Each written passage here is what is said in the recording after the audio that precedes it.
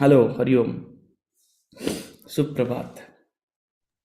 Hari Om. Yo, We start another week bright and early on Monday morning with the Vedanta treatise, the manual of life. So, without further ado, let's get kicking.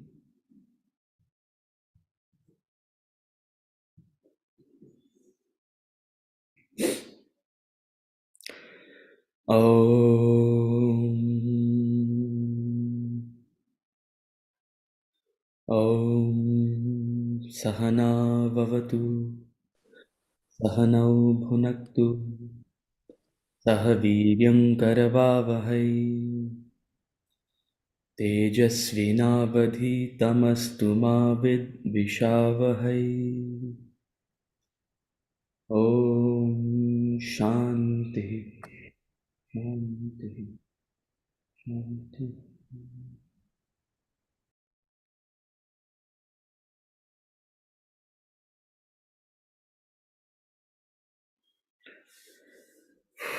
Are there any questions? We'll begin this class with questions. Yes, I have a question. Mhm. There was this sentence, yourself is the subject, not the object of experience. Can you like? What's the question?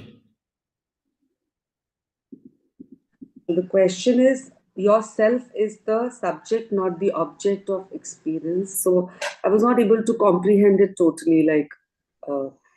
When I'm trying to understand that sentence, I'm not being able to comprehend it. Like visually, I'm not being able to understand it. If that's I'm going to pull it out. Where did you? Okay, got it. Second paragraph of the chapter, Culmination of Human Life. Yourself is the subject, not the object of experience. This is what you're referring to, right? yes, The state of being lies within you. Yourself, Atman, Brahman is supreme. You will have to transcend the limitation of your body, mind, and intellect to reach yourself, the Atman. The sense organs of the body cannot perceive it, nor the emotions of the mind feel it, nor the thoughts of the intellect conceive it. Yourself is the subject, not the object of experience. Hence, you cannot contact the self with your material equipments. You can only become the self by pursuing the spiritual path. The This is spoken in the context of introducing you to the role of religion in your life, as we started yesterday, last class, by talking about the purpose of religion, the purpose of yoga. Religion means religare, to bind again. Re, like anything in English, right? Return, reconfirm, all sorts of re's we use. So religare means to rejoin. join again, do it again. Do what again? Ligare means bind, join. Just like it is yoga. Yoga means to join back, huge, to reunite. Reunite with what? Reunite with yourself. Reunite with your true identity. You have lost your identity. You have lost yourself. You have no idea who you are. You are God's child. As we say in the scriptures, Amritasya Putra. You are the child of God.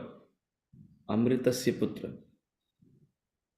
You're the king, imagining yourself to be this beggar in this world. And we are begging around, always begging, wanting the world to fulfill our desires, wanting God to fulfill our desires.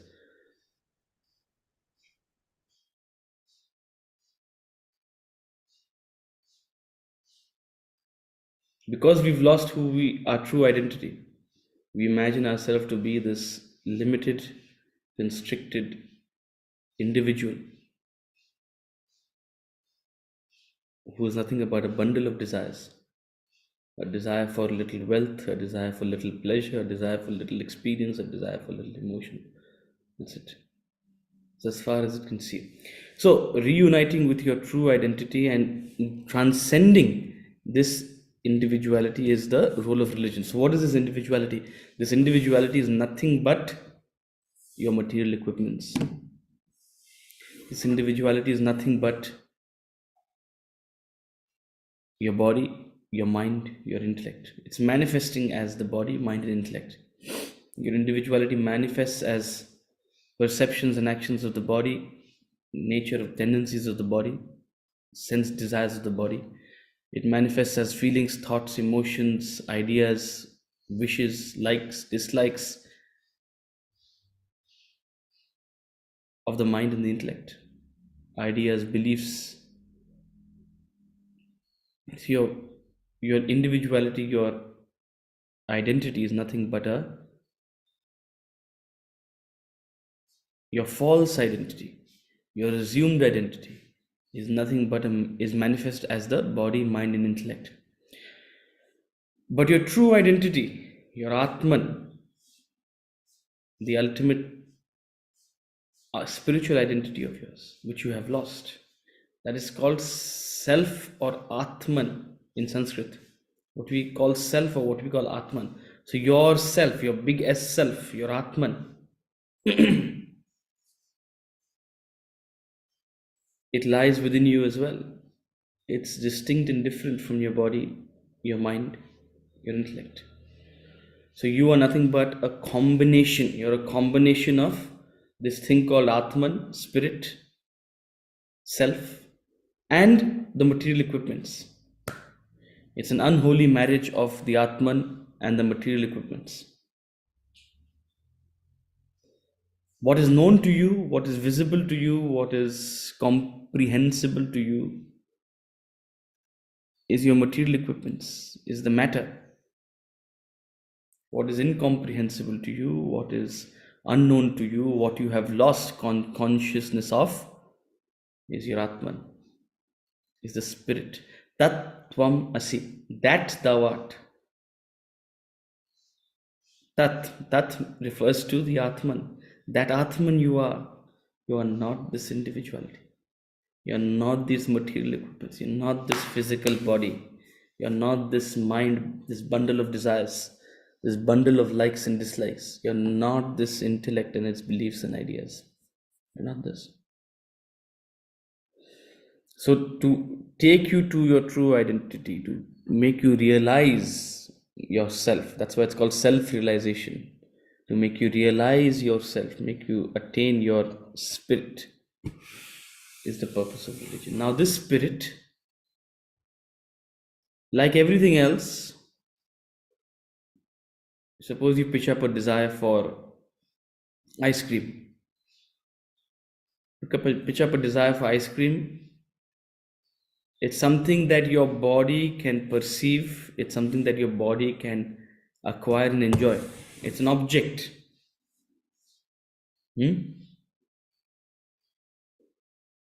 Ice cream is an object. Suppose you want affection. It's an object. It's not a physical object, it's a mental object. You want affection from your child. Your mind can contact it, your mind can feel it. When you contact your child, and if the child is in a good mood, you'll get affection. If the child is not in a good mood, you'll tell you, please leave. तंग मत करो मुझे. If the child is in a good mood, you'll receive affection from the child. It's a object that you can contact with your mind. If you want intellectual satisfaction, you'll read a book, you'll study Vedanta, you'll browse some article, you'll read some paper or something like that. Huh? This intellectual concept or these ideas or this particular book is an object, non-physical object, which you can contact with your intellect.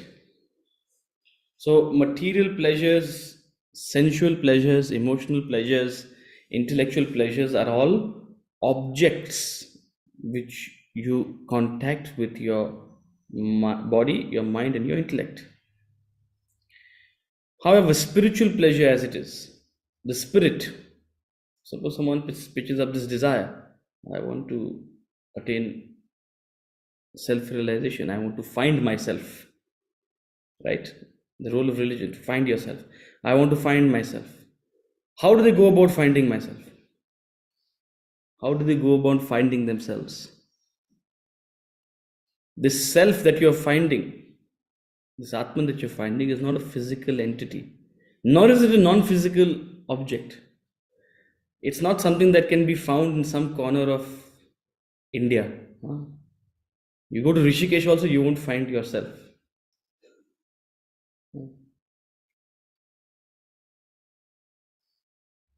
It's not an object to be found by the body, nor is it a non physical mental object. It's not something that can be conceived and felt by the mind.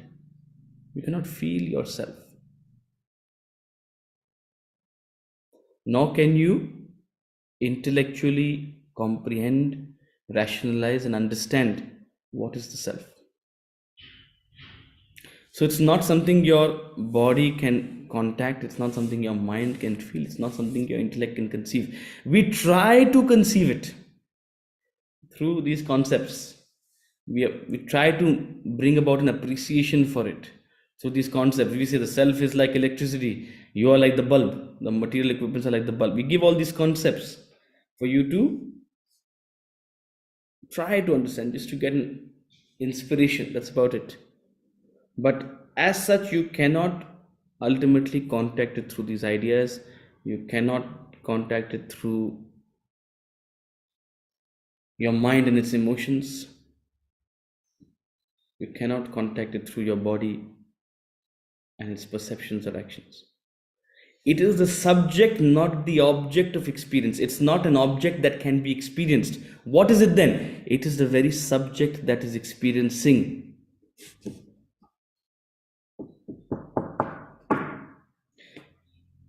Yourself is the subject, is you that is experiencing the world. It's not something outside you that you can contact. It is the very subject. It's you. It's you, but you don't know it. That's the problem. Right now, you're listening to me. You think your ear is listening, isn't it? Yes, yes, yes. I'm listening to you. Huh? Are you listening? How many of you are listening? If all of you had your videos on, some of you would be yawning. Oh my God, this complicated concept. Early in the morning, he's talking about it. Self.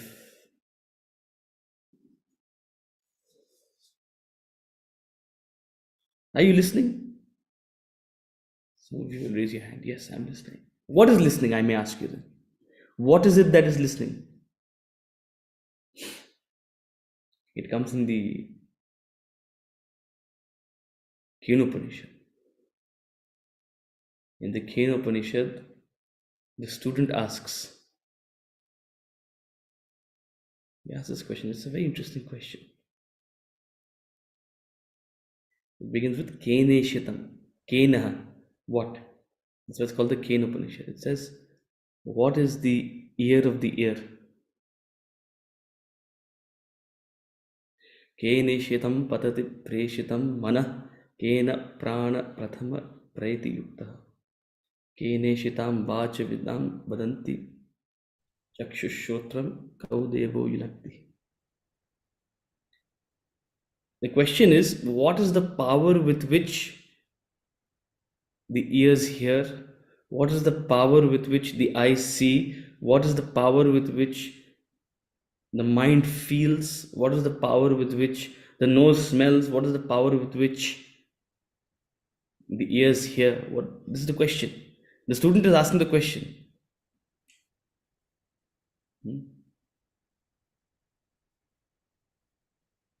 Yes, I have an ear right now. Even a dead body has an ear, isn't it? Suppose I cut off your ear right now. Huh?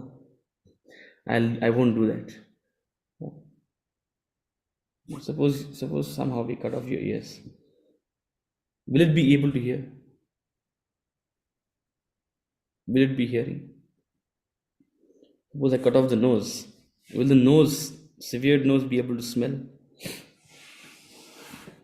So his question is, what is the power with which, or what is it that is making me hear? What is it that is making me feel? What is it that is making me see?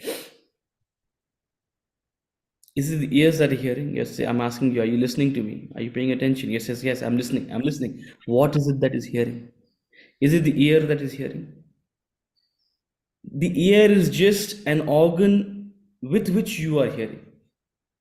Please learn to make that distinction. The ear is not hearing, the ear is the organ with which you are hearing. The ear is a tool. Likewise, you'll say, oh, no, no, not the ear. There's some drum, no, there's some ear drum or something. Uh, right now, when I had the throat issue, my ears clogged up. I couldn't hear. For 2.5 weeks, I felt like Julius Caesar because 75% hearing, there was no hearing 75% in this year, and this year some 40% hearing was blocked. I couldn't hear. They were making fun of me in my house. They had to repeat everything to me 3 times. The doorbell is ringing, I'm not able to hear. Because there was liquid filled inside, the eardrum. So you're saying it's not the physical ear, there's the eardrum which is hearing. Oh, no, that's just an organ through which hearing is made possible. Okay, okay, you may say, no, no, it's not the eardrum then. There are nerves. Nerves are hearing. Arey Baba, nerves are not hearing. You go and ask the nerves, are they hearing? No, they are simply, again, they are just connections through which whatever stimuli is received is transmitted to the mind. When you say the mind is hearing, Arey Baba, the mind is not hearing. The mind is just another tool through which you are conscious of what is being heard. What is hearing? Who is hearing?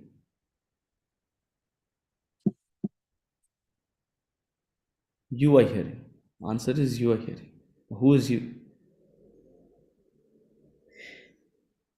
There's a distinction between you and the ear. There's a distinction between you and the eardrum. There's a distinction between you and the nerves connected to the eardrum. There's a distinction between you and the mind, which the nerves hit. There's a distinction. These are all equipments, material equipments, not you. You, the very subject of these experiences, Vedanta says, that you is the Atman. You is the subject of experience. Subject means the one who is experiencing. In any experience, there is a subject which is experiencing, the experiencer, and the object which is being experienced. So the self, the Atman, which we are trying to reach through religion, is the subject, not the object of experience. So how do you become the self? How do you find the self? It says you can't go and find it like you find any material object. You can't feel it with the mind. You can't intellectually conceive it. You can only become it.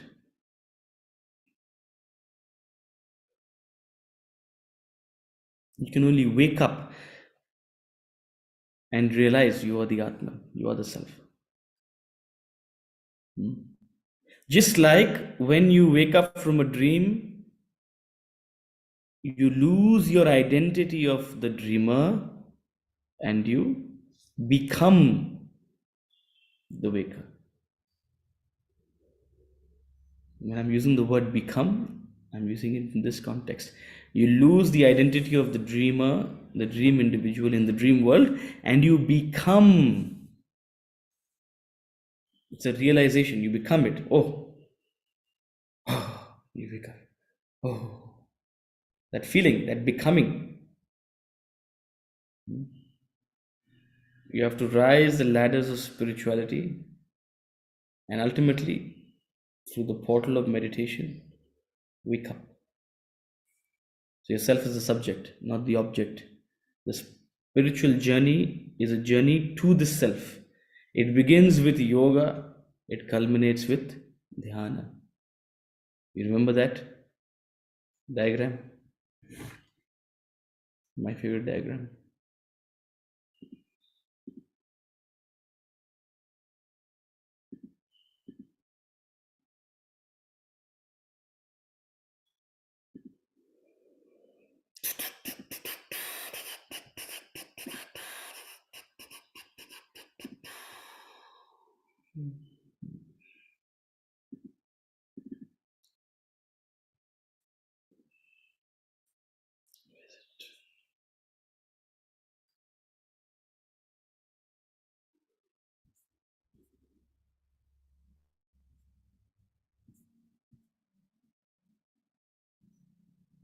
Oh, oh,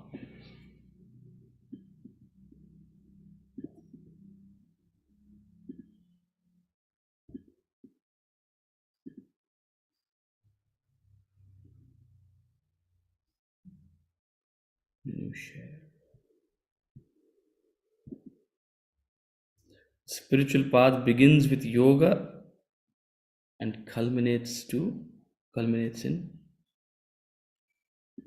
meditation. You can see the screen. It begins with yoga. Before you step into yoga, you are in bhoga. Huh? The distinction between someone who is spiritual and someone who is mundane, someone who is materialistic, is this barrier between bhoga and yoga. When you step into the spiritual journey, it's called yoga. And through the performance of the yogas, through karma yoga, bhakti yoga, jnana yoga, hatha yoga, yoga asanas are just an element, a part of the entire stage of yoga.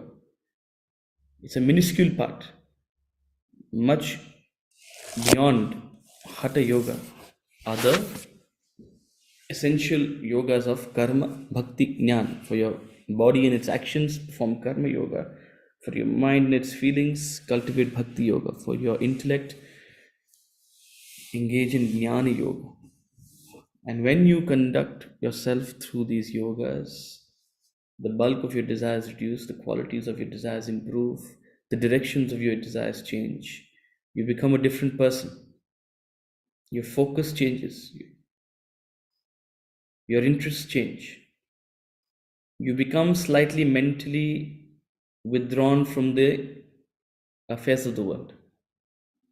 When we say that, you're in it, you're doing your duty, you're playing your part in the world, but a part of you is checked out. A part of you is interested in what is more important spiritually. That's a state of renunciation. To be in it but not of it. That state, renunciation. And when you have that state of renunciation, you're able to practice holding your mind in concentration, holding your mind in a single place. Right now, our minds are not capable of concentration. If I ask you to concentrate, maximum 2 minutes, you'll be able to concentrate. That also too much. It's tiring, and we're not able to concentrate. But when you have a relatively withdrawn mind, you can put it into the practice of concentration. When you have too many desires, when you're too indulgent, your mind is constantly hopping from here to here to here. So you're not capable of concentration. But a person who has achieved uparati, achieved renunciation, is capable of concentration. Through concentration, you develop the habit, the practice, the ability of meditation.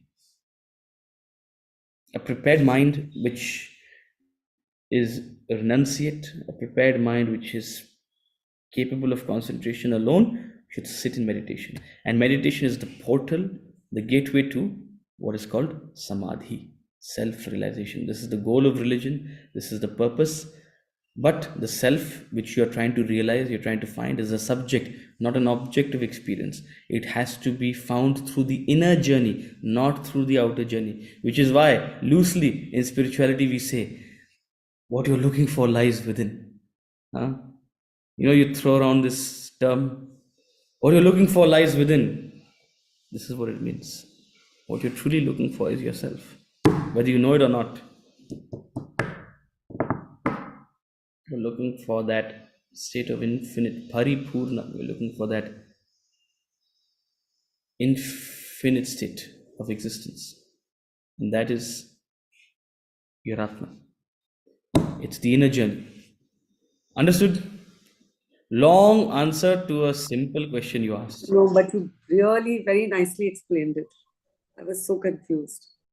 Long answer to a simple question. Sometimes we Vedantins indulge intellectually because no one asks us these questions. We've studied all so much, but no one wants to ask us these questions. So when a question like this comes up, our eyes light up. Really? Is that the treat? Monday morning treat? So when you ask the question, I don't think I showed it, but my eyes lit up. But I hope it makes it clear. Okay. Are there any other questions?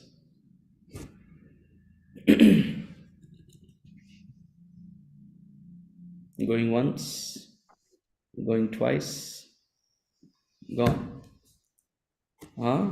Are you saying something? No, no. I'll ask in the next class. No, no, you can ask now. So, elsewhere, there's a line this use the world to transcend the world. It's in chapter 5. I was reading from behind now. I want to. So, I couldn't understand. What do you mean by use the world to transcend the world? Can you give some reference? Where exactly is It's, it? it's, it's, it's in chapter 5, page 94. Okay. Value of action, last paragraph. Action performed in a spirit of detachment leads you to the state of perfection, to realize the Supreme Self, to the realization of the Supreme Self. Ironically, the scripture defines self realization as a state of actionlessness, a state of transcending all action. Actionlessness cannot be gained by merely renouncing actions, but by acting in a spirit of renunciation. You will have to plow through action to transcend action. Use the world to transcend the world. Just as you use a thorn to remove a thorn embedded in your flesh. Hence, act on in the world. With your mind fixed on the self, you are bound to reach that supreme state. So, interestingly, I mean, we are talking about this diagram, and this question is coming up. How do you reach the state of renunciation? What is the state of which we talk about? Action performed in a spirit of detachment leads to the spirit of renunciation. This topic he's talking about is the value of action. What's the value of action? Literally, what's the purpose of action in your life? One thing is, action is the portal to acquiring and achieving what you want. Hmm? Looking at it materialistically, without action, you won't get what you want, no matter how much you dream about it. So, materialistically, action is the means of fulfilling your desire. If you don't act on it, if you're not a doer, you won't achieve it. Materialistically. But when we say spiritually, what is the purpose? What's the value of action? Because usually people think, oh, spirituality means getting away from action. We associate action solely with a material purpose. Oh, action is a means for fulfilling your material desires. But if you want to become spiritual, you have to get away from action. That's the belief people have. Means if you are a go-getter, if you're a materialistic person, if you want to achieve a lot in the world, action, action, action, action, action. But if you want to be spiritual, no action. Get away from the world. That's the idea of renunciation people have. Totally wrong. Totally wrong. Action has center stage. There's an entire yoga called karma yoga. You have to perform action to reach samadhi. Coming back to this diagram,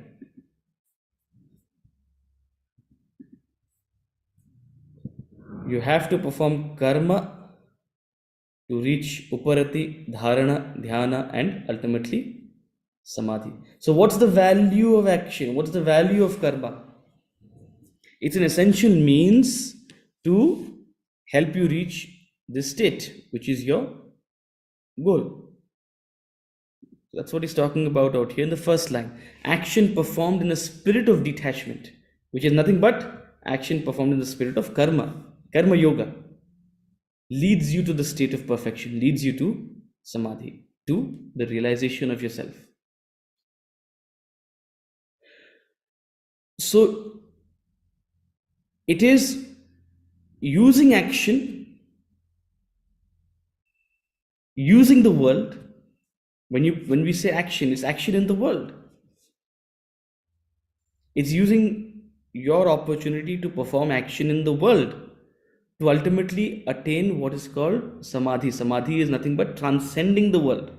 It's transcending your samsara. The spiritual purpose, realizing yourself, finding yourself, attaining your true identity, is nothing but transcending this material identity. It's transcending the world. Yet, here is an opportunity. You have to use the world to transcend the world. You have to use karma yoga to transcend the world. So, how do you use the world? By performing actions in the spirit of karma yoga. You have to plow through action to transcend action. You have to use karma to ultimately rise above the cycle of karma. So don't think that you will be able to, or don't be in the misconception that spirituality means getting away from action. To manage to lift yourself from where you are, you have to reduce the quantity of desires, improve the quality of desires, shift the direction of desires. Please understand this. You are nothing but a bundle of desires. That's you, that's me, that's all of us. If we have to truly have an idea of our individuality, it is nothing but a bundle of desires. That's what you are. So, what is the nature of this bundle of desires will determine whether you are mundane or spiritual. So, karma yoga helps reduce the quantum of these desires. If there are too many desires, we've talked about it before multiple times, you're too distracted, too involved, too lost in this material process. Jairam ji ki, we'll tell you Jairam ji ki. You do you. But karma yoga is the means through which you reduce the bulk of your desires. Similarly, bhakti yoga is the means through which you improve the quality of your desires from selfish to unselfish, from personal to impersonal. Jnana yoga is the tool with which, the process with which you shift the direction of your desires. Jnana, Jnanam provokes you to conceive the reality, to pursue the reality. It instills in you the conviction and the desire to approach the spiritual goal. So it shifts the direction of the desires. So here you are using the world in karma yoga, or you're using the world, you're using your engagements in the world, you're using your position in your obligations and your responsibilities, you're using the world to ultimately transcend the world.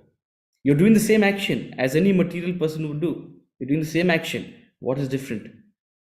The intention is different. The approach is different. You're not changing what you're doing, you're changing how you do it. That's what makes you spiritual. Is that good? Very good. I'll take the liberty of asking one more question. So in page 96, this chronology of action, second last paragraph, It says the basic material composing the human personality is vasanas. You are therefore a substantial form of your insubstantial vasanas. What does Mm. it mean?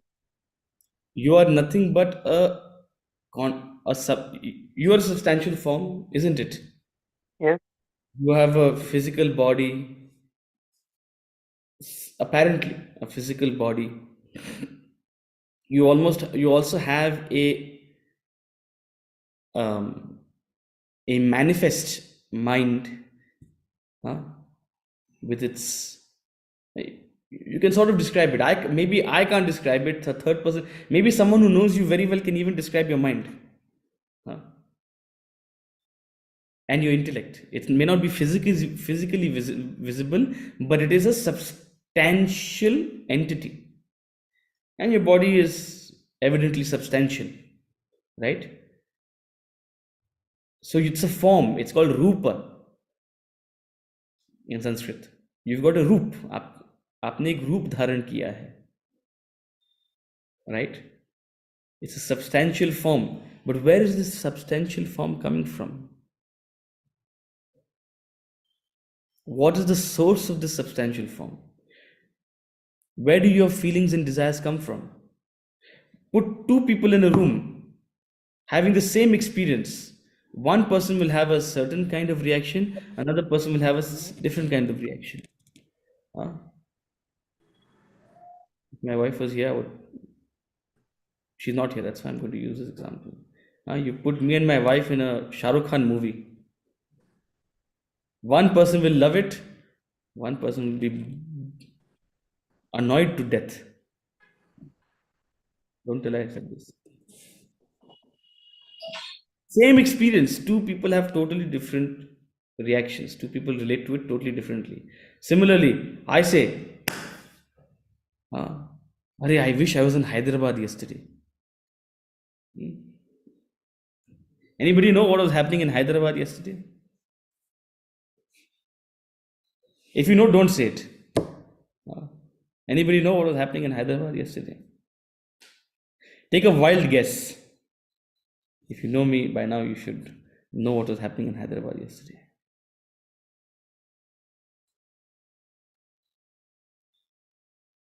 Cricket match. Between who? India and Australia. No, see, Sorry, India and England. India and England. Sorry, sorry. India and England. Uh, some people will be, the moment I mention that, we'll end up having a half an hour conversation. We'll analyze the match. Two of us who can barely hold a bat and ball will will analyze exactly My what my father will enjoy doing that with you. exactly. But if I take your wife, she'll be like, क्या खाली cricket cricket बात करते रहते हैं. Same object, same experience. Two people have totally different interests, level of interests. So where does this distinction in personality come from? Why is your mind different from my mind? What is the source of your thoughts and feelings and desires? What is the source of your body? So we say it comes from what is called vasanas. But these vasanas are unmanifest per se. They don't have a form. They don't have a form. Like your body has a clear form, your mind and intellect has somewhat a form. You can describe it, you can define it. But these vasanas are unsubstantial. You cannot quite conceive them, what exactly they are. But they are the source, they are the seed from which your thoughts come. They are the seed from which your desires come. They're the seed from which your physical body manifests. So they are the unsubstantial source of your substantial form. You are a substantial form of your insubstantial vasanas. These vasanas are essentially your inert nature, your inherent nature, the very source of your individuality. Your individuality, if we had to define it as a tree, the seed is the vasana. The seed of your vasana grows into the full expression of your individuality, the tree of your individuality. So you come from a seeming insubstantial nothingness,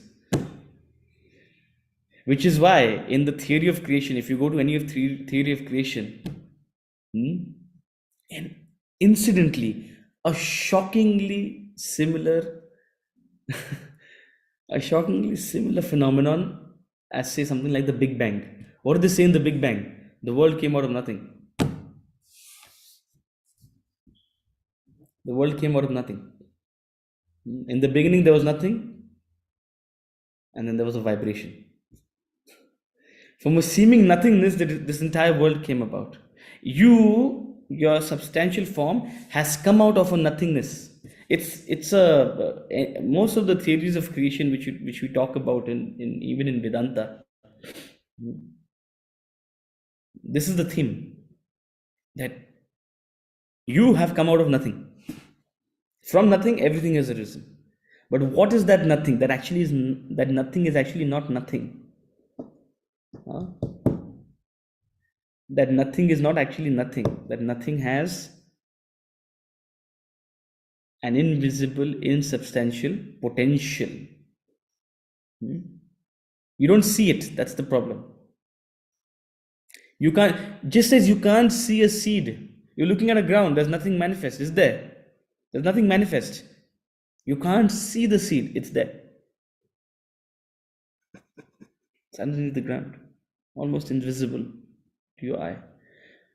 So, just as you can't see the seed, which will eventually manifest into a tree, the same place where there's nothing right now, there will appear within a couple of days a sapling, and a couple of weeks, a full grown plant, in a couple of months and years, full fledged tree. Similarly, where there is an apparent nothing,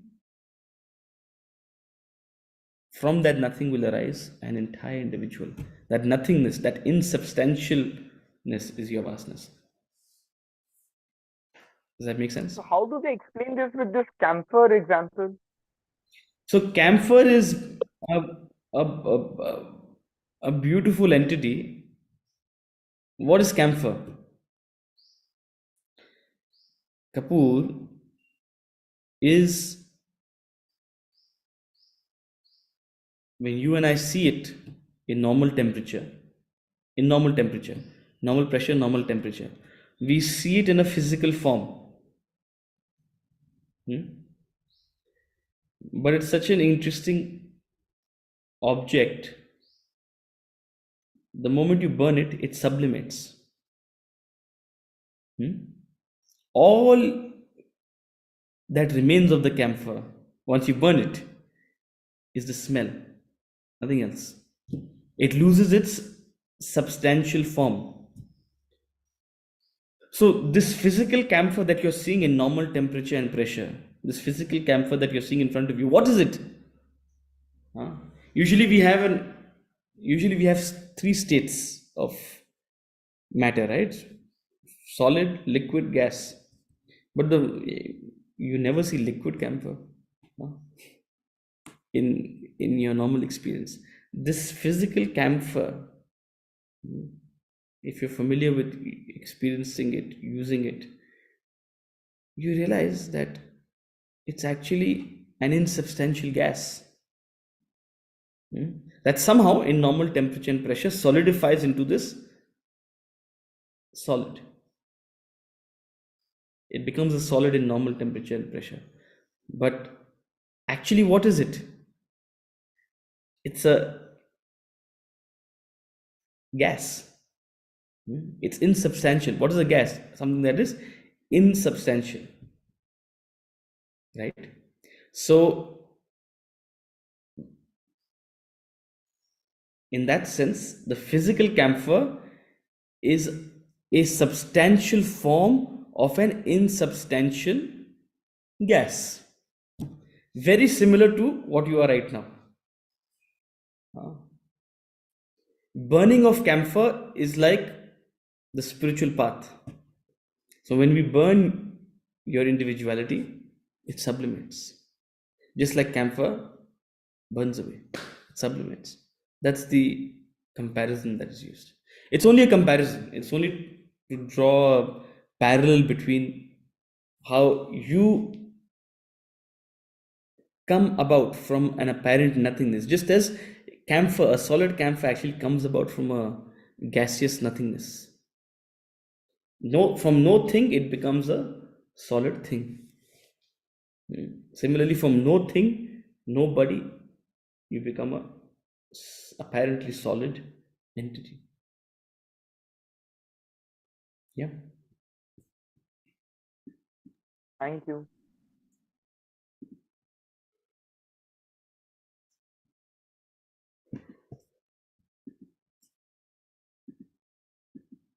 Okay. Gives us enough time to at least study the poem. So, this is the role of religion. This is the purpose of religion, to make you find yourself. The rare person wants to find themselves. We are all lost in the pursuit of acquisition and enjoyment. हाँ, छोड़ो भैया ये सब बात की बातें हैं, मुझे जिंदगी जीना है. That's our attitude. All the stuff you're talking about after 60, later, later, later, not now. Right now, I want to live life. What is living life? Huh? YOLO. You only live once. You have to live life. Now, what is life? Everybody's life, young and old, huh? Male or female, Indian or Chinese or Japanese or American or European, whatever, whoever you are, all you are engaged in, all you are engrossed in is nothing but acquisition and enjoyment. You're looking to spend all your efforts in acquiring something you think you want, and having acquired it, consume it with the hope of the enjoyment. इतिहास गवाह है, your experiences are witness that no matter what you wish to acquire and hope to enjoy, it always falls short of your expectation. Hmm. No matter how great the enjoyment, it passes, it dies away. So, this mindless search for acquisition and enjoyment, what are you essentially looking for? What are you ultimately looking for? Nobody knows. We're simply trying to quench our thirst for now. That's it. प्यास लगी है, प्यास बुझानी है किसी तरह. बाद में वापस प्यास लगेगी, बाद में देखेंगे. अभी के लिए प्यास बुझाओ. We are mindlessly simply wanting to quench our thirst, not realizing we quench our thirst a little bit, it comes back with a vengeance. We want even more. We are thirstier. So, this acquisition and enjoyment which we are lost in, and this process of acquisition and enjoyment goes not just for your entire life. In Vedanta, we say, Punarapi Jananam, Punarapi Maranam, life after life, through various incarnations. This is all you're lost in. You're born, you grow, you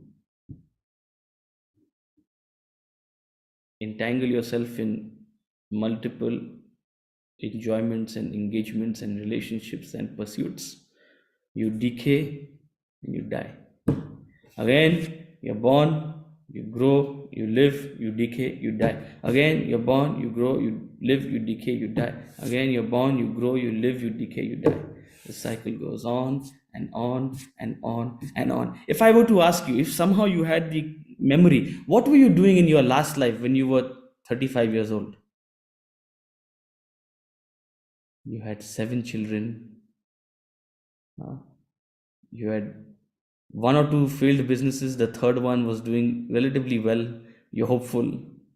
Uh, you're trying to become the president of the community association. That's what you were doing in your last life. Hmm? You were, if you were me in my last life, and suppose I had the same, relatively same desires, I was probably at 1983 World Cup, watching India lift the trophy. Same rubbish I'm doing in this life. Running to Hyderabad, running to Bombay, running to London, running to the same rubbish. The same rubbish we were involved in, We're still involved in it. Punarapi Jananam, Punarapi Maranam. When will this stop? We don't know. Nobody cares. Nobody wants to ask the question. We can only see the tip of our nose. अभी प्यास लगी है, अभी बुझाओ. बाद का बाद में देखेंगे. This thirst for desire keeps us entangled in acquisition and enjoyment. So, what is this mad rush for acquisition and enjoyment? There's a beautiful poem called The Pineapple and the Bee, which symbolizes this pursuit. Which symbolizes this pursuit. We'll read it once. It's a very simple poem, very beautiful poem, and then we'll talk briefly about it. The pineapple and the bee. The pineapples in triple row were basking hot and all in blow. A bee of most discerning taste perceived the fragrance as he passed. On eager wing the spoiler came and searched for crannies in the frame. Urged his attempt on every side, to every pane his trunk applied. But still in vain the frame was tight and only pervious to the light. Thus, having wasted half the day, he trimmed his flight another way. Did you understand anything? Huh? Did you understand anything? This is English poetry. The first time you read it, you won't understand anything. I would urge you to read it at your convenience, but since we have a limitation of time, I'll jump right into it. So, what's he talking about? He's talking about this case where there are pineapples kept in 3 rows. Pineapples are neatly kept in, like a vendor. Some fruit seller outside is having pineapples kept inside a glass case. Why? Because if you don't keep it in a glass case, all sorts of insects and things will come onto it to keep it fresh. So pineapples in triple row were basking hot and all in blow inside a case. A bee of most discerning taste. The bee knew what gives pleasure in life, just like you know what gives pleasure in life. Good amount of money, 1 holiday, 2 holidays per year minimum, villa in Goa, most discerning taste. You are the bee who has the most discerning taste. See, honestly, I can spend half an hour talking about this. He's mocking it. He's mocking the idea of a discerning taste.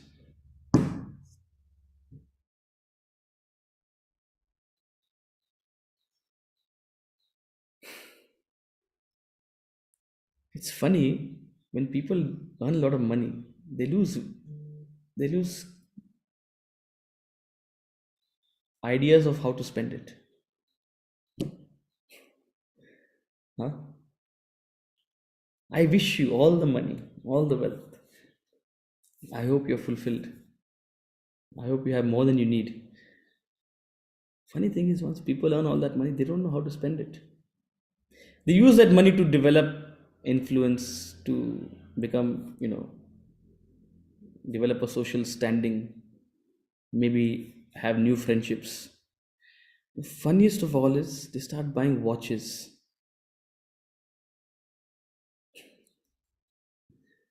Huh?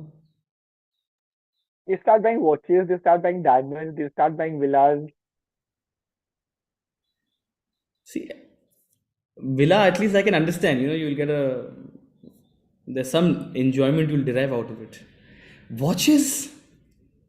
Why not? Why not? Why not watches? I know someone who has a collection of 10 Rolex watches. 10? Too less. Swamiji used to speak of someone who had some 43, 44 watches.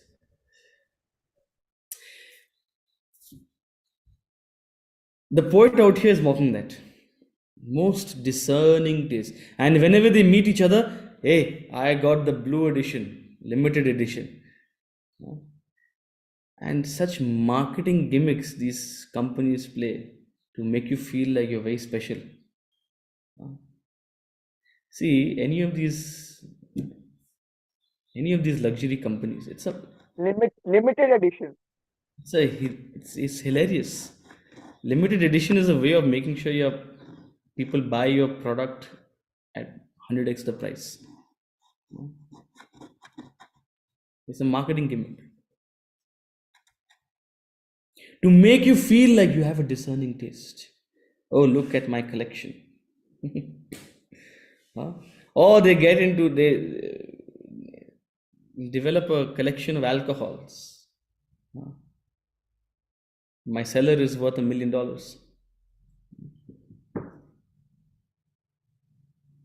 See, we're not criticizing out here. Please don't take it that way. You have the money. How else will you spend it? Please enjoy it. No one's here to sit in judgment and in telling you what you should do, what you should not do. A king will have 45 watches. What else will he have? We're not talking about that. We're not talking about the quantum of your possession. We're talking about the thought behind it. And we're talking about how your identity is completely enmeshed in that. And you think, I have most discerning taste. We lost in that. We Earlier we were lost in earning the money. Now we are lost in finding ways to spend the money. Point is, we're lost. So be of most discerning taste. It knows, why should you go after useless things? Let's go after pineapples. It perceived the fragrance as he passed. Through its nose, it perceived the fragrance of the pineapple as it passed. And on eager wing, eagerly, that bee, it came towards the box of pineapples and searched for crannies in the frame, searched for small holes through which it can get inside, and urged his attempt on every side, tried from every way, to every pane of glass. He attempted to get in, but still in vain. The frame was tight and only pervious to the light. Means the frame was so good, it was a good quality box. There were no holes, no nothing, only pervious to the light. The only thing that could get through, nothing else could get through. The bee couldn't get through, only light could get through. Thus, having wasted half the day, he trimmed his flight another way. He spent half his day doing this. You know how, suppose an insect is around you, it'll try multiple times. My insect won't stop at once. So similarly, this bee was trying 100 times to get into the frame. It wasted half the day. And having wasted half the day, it said, nothing doing, it's not helping. It trimmed its flight another way. Simple poem. The poet says, methinks, I think I find in this bee, methinks I said, in thee I find the sin and madness of mankind. You know what? This bee madly running after this pineapple, which it cannot find, which it cannot reach. In this experience, I draw parallels to the madness of mankind. I draw parallels to the things that mankind is obsessed in. What is it? He says, methinks I said, in thee I find the sin and madness of mankind. to joys, Forbidden man aspires, consumes his soul with vain desires. Folly, the spring of his pursuit, and disappointment, all the fruit.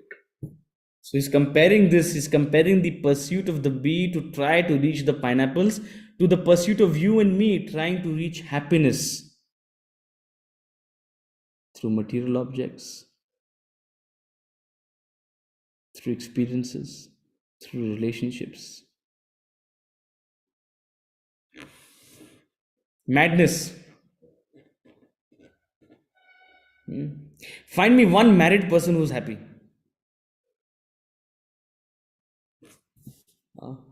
Prachi and Ankit are thinking.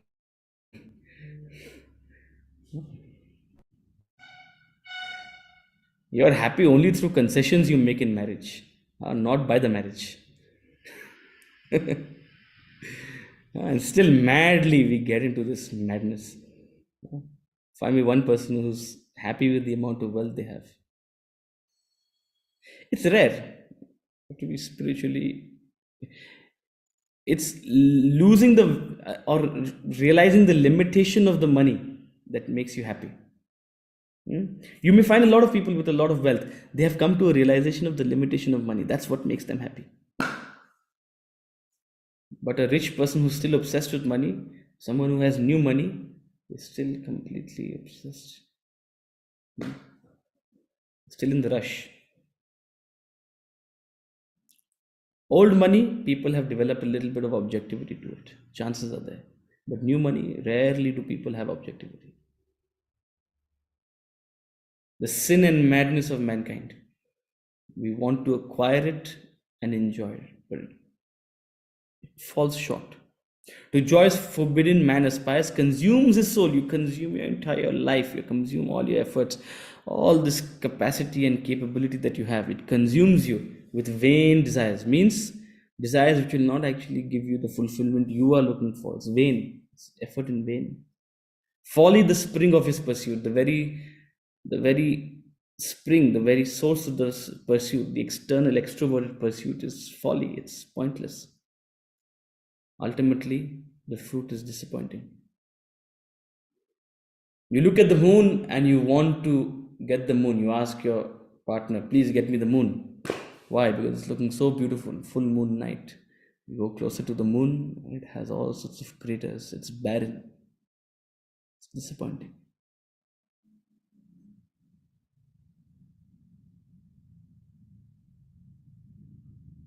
No doubt, it's pleasurable, little bit. But if you look within yourself, if you have the honesty, you'll realize how limited it is. How much effort, how much time, how much energy is spent, and what is gotten in return? Disappointment, the fruit. And he compares this disappointment to two, he gives two examples. He gives the example of a man who is staring at a woman and to a woman who's staring at jewelry. Huh?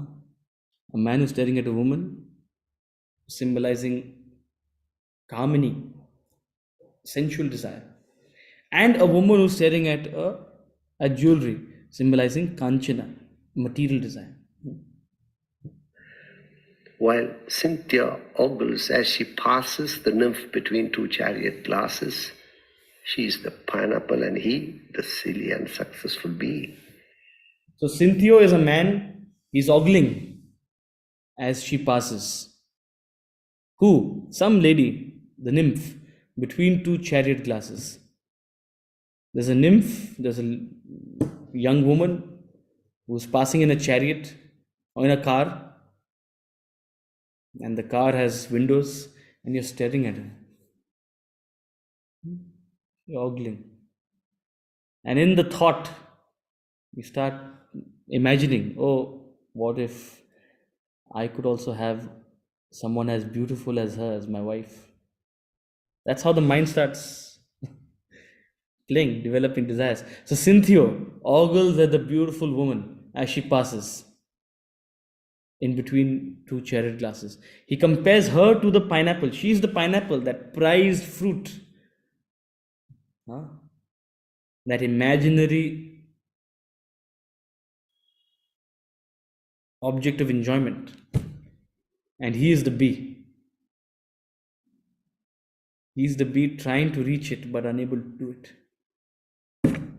Similarly, he compares that to The maid who views with pensive air the show glass fraught with glittering ware, sees watches, bracelets, rings, and lockets, but sighs at thought of empty pockets.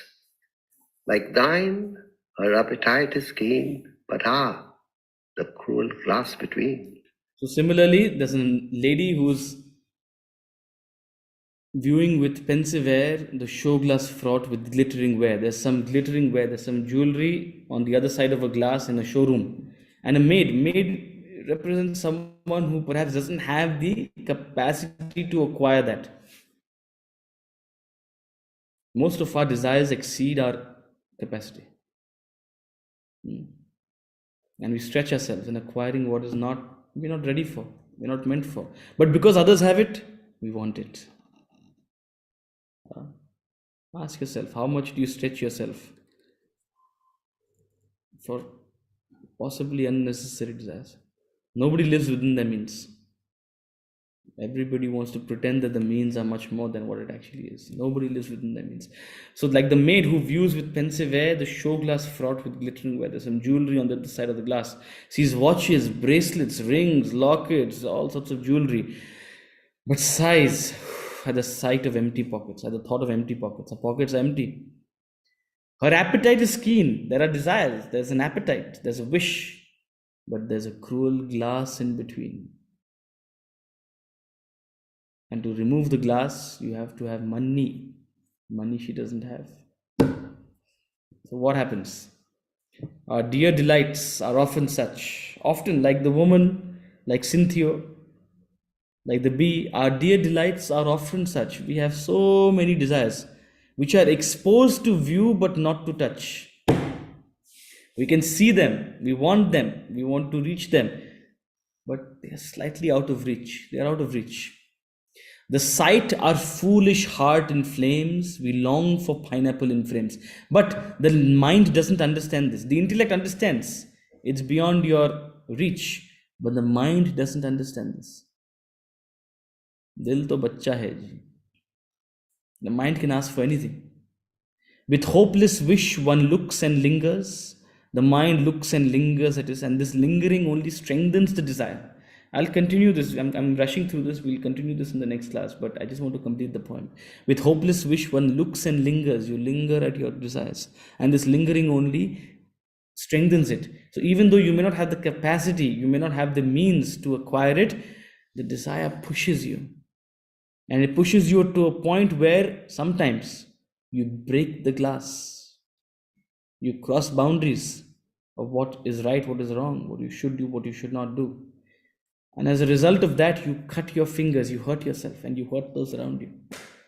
So the desires which are slightly out of reach, you look and linger, you strengthen, and they push you, they force you to making mistakes, to doing things you shouldn't have done, to harming yourself and others around you. But the most important lines of the poem: they who truth and wisdom lead, as opposed to them, as opposed to the other people, but they who truth and wisdom lead, those who are led by truth and wisdom, those who are led by this knowledge which helps you manage, deal, and eventually reduce your desires. Manage yourself. Those who truth and wisdom lead can gather honey from a weed. They're able to derive pleasure from even an ordinary, maybe an unsavory situation. They're able to maintain joy, they're able to find pleasure, they're able to remain happy and joyful regardless of the circumstances. So, this section of the poem, these last 7-8 lines, we will cover in detail in the next class. There's no point in rushing through it. There's a lot to discuss out here, there's a lot packed in out here, but I wanted to complete the poem. I'm happy to conclude class now. We've already gone up by 10 minutes. I know we are, but if there's any quick questions, I'm happy to address them, particularly pertaining to what we have talked about. Are there any quick questions?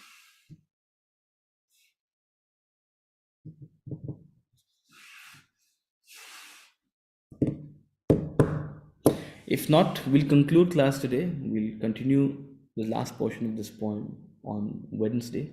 So do read the first portion of this chapter, the build up to the poem, and of course, do read the poem.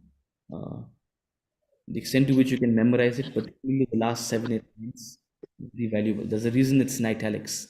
The reason it's in italics is because he wants you to pay attention to it. The original poem is not in italics, but this, when Swamiji has published it, he's made the last 7-8 lines italics so that you can memorize it. It's for your particular attention, because the entire content of the poem, the philosophy of the poem, is packed into these last 8 lines. So I would urge you to at least memorize these last 8 lines. It's a poem for life. They who truth and wisdom lead, gather honey. We'll discuss this in detail in the next class. Hari Om. See you on Wednesday. Hari Om, Guruji. Hari Om. Thank you. Hari Om.